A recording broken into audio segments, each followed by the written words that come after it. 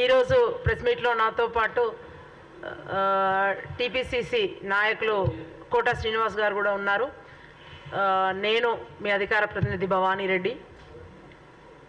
ఇకపోతే ఈరోజు ముఖ్యంగా ప్రధాన అంశం వచ్చేసి హరీష్ రావు ఒక సబ్జెక్ట్ అయిపోయింది. ఆయన ఇప్పుడు ఆబ్జెక్ట్ నుంచి సబ్జెక్ట్గా మారిన హరీష్ రావు ఏం మాట్లాడినో తెలియక మొన్న ఘోర వైఫల్యం చెందిన తర్వాత ఎలక్షన్స్ నుంచి ఫ్యామిలీ టోటల్ మతి భ్రమించి మాట్లాడుతూ ఉన్నారు. నిన్న మొన్న ఒకడ ప్రెస్ మీట్ బహిరంగ సభ పెట్టి మాట్లాడుతున్నాడు. ఏంటంటే మెదక్కి ఏం చేసిండ్రు, మెదక్ పార్లమెంట్కి ఇందిరాగాంధీ ఏం చేసింది గెలిచి వచ్చి, కాంగ్రెస్ పార్టీ ఏం చేసింది, అసలు కాంగ్రెస్ పార్టీ ఎక్కడున్నది అని మాట్లాడుతున్నాడు. కాంగ్రెస్ పార్టీ ఇలా రాష్ట్రంలో అధికారంలో ఉన్నది, రేపు పొద్దున దేశంలో కూడా అధికారంలోకి రాబోతున్నది. హరీష్ రావు గారు మీరు నిద్రపోతున్నట్టున్నారు, నిద్రావస్థలో ఉండి మాట్లాడుతున్నట్టున్నారు, అర్థమైతలేదు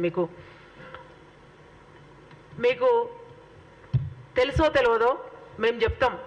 కాంగ్రెస్ పార్టీ రాష్ట్రానికి ఏం చేసింది, దేశానికి ఏం చేసింది, ముఖ్యంగా మన మెదక్ జిల్లాకి ఏం చేసింది. సరే మన ఇద్దరం ఆ ప్రాంతం నుంచి, మీరు కాదనుకోండి, మీరు అక్కడెక్కడో కరీంనగర్ నుంచి కానీ తర్వాత 2 మండలాలను కలుపుకొని మా జిల్లాలకు వచ్చిండ్రు మీరు, కాబట్టి మీరు అప్పుడు లేరు. మీ ప్రాంతం మీ 2 జిల్లాలు మా మెదక్లో లేవు కాబట్టి మేము చెప్తాం వినుండ్రి.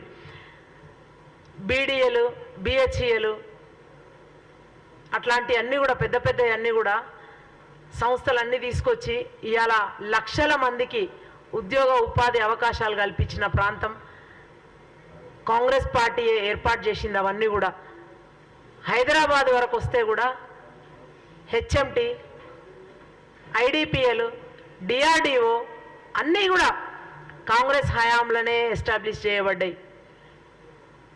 మీరు బాగా గుర్తు తెచ్చుకోండి.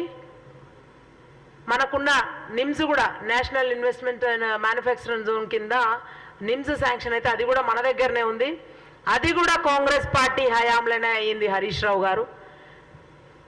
సో మీరు ఇంకొకసారి మాట్లాడేటప్పుడు కొంచెం దగ్గర పెట్టుకొని మాట్లాడండి, నోరు అదుపులో పెట్టుకుంటే మంచిగా ఉంటుంది. ఎంతసేపు మేము ప్రాజెక్టు కట్టినాం అంటున్నావు. రంగనాయక సాగర్ కట్టినా, కొండపోషమ్మ కట్టినా, మల్లన్న సాగర్ కట్టినా అంటున్నావు. అసలు ఆ సాగర్లు కట్టి దాని కింద కొత్తగా పెరిగిన ఆయకట్ట ఏందో చెప్తలేవు. ఎన్ని ఎకరాలకు నీళ్ళు ఇచ్చిను మీరు? ఆడేమన్నా ఎవరిదన్నా వారిందా? అసలు భూమే లేదు కదా ఇప్పుడు ఆడ దున్నడానికి. మొత్తం గడ్డలు, మొత్తం గుంతలన్నీ దోవి పెట్టిండ్రు. ఎక్కడ కూడా టనల్స్ కంప్లీట్ కాలేదు. పదే నీళ్ళు ఇచ్చినాం అంటే ఎల్లంపల్లి నుంచి ఎత్తి కొండపోచమ్మ సాగర్లో మీ మామ పోసుకొని ఆయన ఫామ్ హౌస్ 100 ఎకరాల ఫామ్ హౌస్లో ఉన్న భూములు మాత్రం బారుతున్నాయి తప్ప ఇంకేం బారలేదు. ఊళ్ళకు మండలాలు నిర్వాసితులను చేసిండ్రు మీరు. వాళ్ళ గోస తెలుసు కదా. ఈవెన్ పశువులను కూడా 1000 దాకా గోదలను అల్లనే వదిలేసి మీరు నీళ్లు నింపేసిండ్రు. అప్పుడు మేమందరం పోతే మాకందరికి బాట ఇవ్వకుండా మొత్తం రాళ్ళు అడ్డం వేసి ఇప్పుడు నీ ఎంపీగా నిలబడ్డ నీ అభ్యర్థి ఎవరైతున్నారో నీ అనుంగు సోదరుడు అంటున్నావే, ఆయన అప్పుడు కలెక్టర్. ఎంత నిర్బంధ పాలన అంటే ఆయన చేయని దుర్మార్గాలు లేవు. నిజంగా కూడా రాత్రికి రాత్రి ఊళ్ళు ఖాళీ చేపించి నువ్వు ఇస్తానన్న నిర్వాసితులకు నిజంగా కూడా ఆ రోజు చట్టం చేసిండు మనం యూపీఏ హామీ 2013 ల్యాండ్ యాక్ట్ ప్రకారం నిజంగా కూడా పునరావాసం కల్పించాల్సింది పోయి వాళ్ళకు రేకుల షెడ్లు వేస్తే అందులోనే ఉన్నారు వాళ్ళు. ఇంకా కూడా వాళ్ళ గోసలు ఆనే ఉన్నాయి. వాళ్ళు పలకరించే పాపాన పోలేదు. మేము చెప్పినాం కాంగ్రెస్ వస్తే మీరు జీవో 123 ప్రకారం ఏవైతే మీరు పరిహారం ఇస్తామన్నారో మేము 2013 ల్యాండ్ యాక్ట్ ప్రకారం నిజంగా కూడా అందరికీ కూడా RRR ప్యాకేజ్ ఇస్తామని చెప్పినాం. దానికి కట్టుబడి ఉన్నాం. మీరేం చెప్తారు ఇప్పుడు? మీ మేనిఫెస్టో ఏంది? మీ లోకల్ మేనిఫెస్టో ఏంది? మరి మీ జాతీయ పార్టీ కదా, మీ జాతీయ మేనిఫెస్టో ఏందో గది చెప్పుండ్రి. ఎంతసేపు మీరు నిర్వాసితుల గురించి మాట్లాడరు. మీరు ఉద్యోగాలు ఏం తేలేదు. ఆ స్థాయిలో ఒక్క కంపెనీ కాదు, పట్టుమని 10 మందికి ఉద్యోగాలు ఇచ్చే కంపెనీ తేలేదు. మీ మామ ముఖ్యమంత్రి, నువ్వు ఆర్థిక మంత్రి ఉండే. ఇవన్నీ కూడా మన జిల్లాలో ఉండి మన దౌర్భాగ్యం ఏంటంటే 10 మంది పనిచేసే కంపెనీ తేలే నువ్వు. నీ స్థాయి కాదని చెప్తా ఉన్నాం, మాట్లాడకని చెప్తా ఉన్నాం. ఒకవేళ మమ్మల్ని చూపిస్తే 10 ఏళ్ళు మిమ్మల్ని చూపిస్తాయి హరీష్ రావు గారు. చేయాల్సిన విధ్వంసం అంతా చేసిండ్రు. మెదక్ జిల్లా కోలుకోలేని దెబ్బ కొట్టిండ్రు. ఇవాళకి కూడా తర్వాత మన సోదరుడు మాట్లాడతాడు నిర్వాసితుల గురించి. ఆయన చూసి వచ్చిన కన్నీటి గాథలు చెప్తాడు మీకు. ఇంతగానం డెవలప్మెంట్ చేసిన తర్వాత కూడా మెదక్ ఏం చేయలేదంట. ఏం తెచ్చిండ్రు మీరు? ఏమన్నా తెచ్చిండ్రా? ఆ స్థాయి కంపెనీలు కాదు, కనీసం ప్రైవేట్ కంపెనీలు కూడా తేలే మీరు. మేము చెప్పినవన్నీ మేము తీసుకొచ్చినాం. నెక్స్ట్ మేము పెట్టిన మేనిఫెస్టోలా రాబోయే రోజులల్లో ఇప్పుడు ఈ డిసెంబర్ వరకు మనం టీపీసీసీ నుంచి ఏమైతే మొన్న మన స్టేట్కి మనం మేనిఫెస్టో చెప్పినప్పుడు ఏమైతే ఇస్తామన్నామో ఆ 2 లక్షల ఉద్యోగాలు భర్తీ చేస్తూ కేంద్రం నుంచి 30 లక్షల ఉద్యోగాలు మన వాటా కింద రాబోతున్నాయి.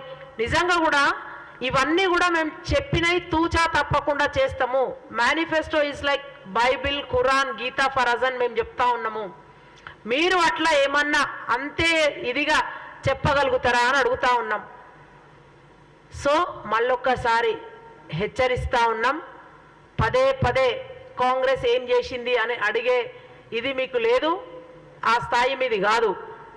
మేము తీసుకొచ్చిన అన్నీ కూడా అడ్డంగా అమ్ముతూ ఉంటే బీజేపీతో కుమ్మక్కై మీరు క్వశ్చన్ చేయకుండా వాళ్ళను పెద్ద పెద్ద కంపెనీలు మేము తీసుకొచ్చినాయని అమ్ముతూ ఉంటే మీరు వాళ్ళకు వంత వాడుతూ కేవలం వాళ్ళ ప్రయోజనాలను కాపాడడానికి మీరు ఇలా అట్లకెళ్ళి తిరుగుతూ ఉన్నారు.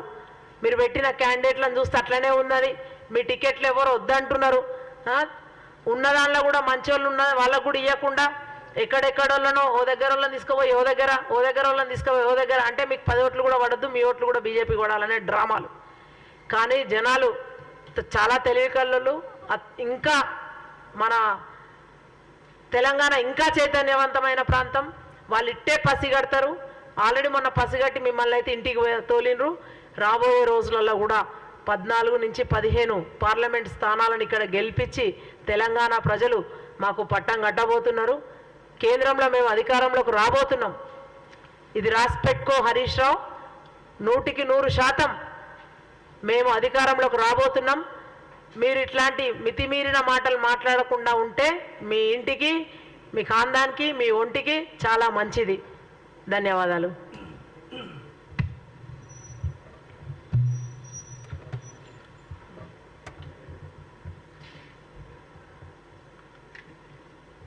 మిత్రులారా, హరీష్ రావు అధికారం కోల్పోయినప్పటి నుంచి బావబామ్మర్దులు ఇద్దరు కూడా మతిస్థిమితం కోల్పోయినటువంటి వ్యక్తులు ఏ రకంగా అయితే మాట్లాడతారో ఆ రకంగా మాట్లాడుతూ ఉన్నారు. ఇలా పరిశ్రమల గురించి మెదక్ జిల్లాలో కావచ్చు, అదేవిధంగా హైదరాబాద్లో చూసుకున్నప్పుడు మరి ఈ తెలంగాణకు 2013లో కాంగ్రెస్ ప్రభుత్వం ఉన్నప్పుడు తెలంగాణకు ఐటీఐఆర్ అని ఇక్కడికి శాంక్షన్ కావడం జరిగింది. మరి దాన్ని కేంద్రం బీజేపీ వచ్చిన తర్వాత బీజేపీ వేరే రాష్ట్రానికి తరలించకపోతున్నప్పుడు ఈ హరీష్ రావు మంత్రిగా ఉన్నాడు కదా, ఆయన బామ్మర్ది కూడా మంత్రిగా ఉన్నాడు కదా, ఆయన మామనే ముఖ్యమంత్రిగా ఉన్నాడు కదా. మరి ఐటీఐఆర్ను ఇన్ఫర్మేషన్ టెక్నాలజీ ఇన్వెస్ట్మెంట్ రీజన్ని ఒకవేళ కనుక అది ఇక్కడ ఆ సంస్థను ఇక్కడ స్థాపించినట్టయితే మొత్తంగా 55,000 ఎకరాలలో మొత్తంగా పరిశ్రమల్ని డెవలప్ చేస్తూ ఇక్కడ ఉన్నటువంటి నిరుద్యోగులకు ఉద్యోగ కల్పన దొరుకుతుండే, లక్షల మందికి ఉద్యోగ కల్పన దొరుకుతుండే. మరి అట్లాంటి దాన్ని తరలించుకోపోతా ఉంటే మీరు ఏ గడిద పనులు దోమలే హరీష్ రావు, నీకు మాట్లాడే అర్హత లేదు.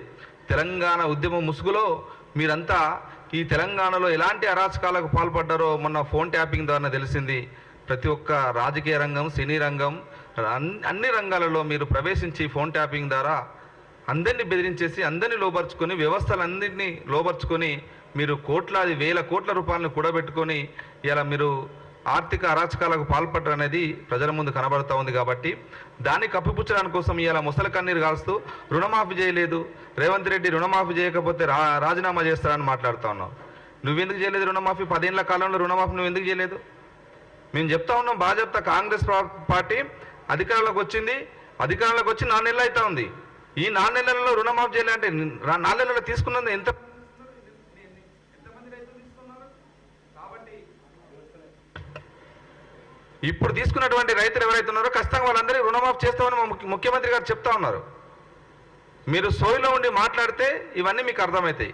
కాబట్టి సోయిలో లేకుండా కేవలం విమర్శ చేయాలి, రాజకీయంగా ఓట్లు దండుకోవాలి, ప్రజల్ని మళ్ళీ ఆందోళనలో పెట్టేసి బీఆర్ఎస్కు అనుబంధంగా మాతృ సంస్థ అయినటువంటి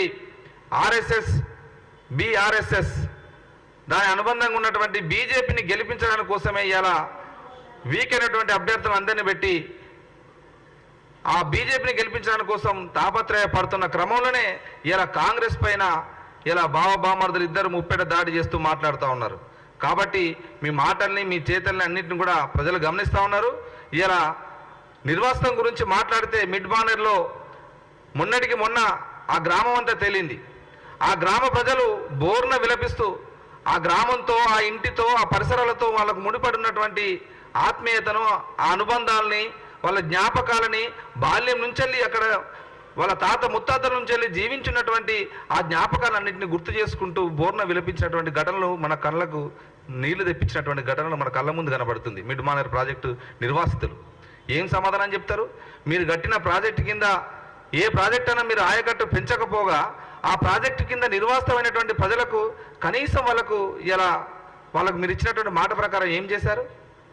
కాబట్టి మీరు విమర్శ కేవలం రాజకీయంగా చేసి ఓట్లు దండుకోవడానికి కోసం విమర్శ చేస్తామంటే, తెలంగాణ ఉద్యమంలో క్రియాశీలకంగా ఉన్నటువంటి మేమంతా కూడా మీరు చేసినటువంటి అరాచకాలన్నింటినీ కూడా బయటపెట్టడానికి సిద్ధంగా ఉన్నాం. కాబట్టి ఒళ్ళు దగ్గర పెట్టుకొని మాట్లాడితే మంచిదని ఈ సందర్భంగా హరీష్ రావుకి హెచ్చరిస్తూ ఉన్నాం.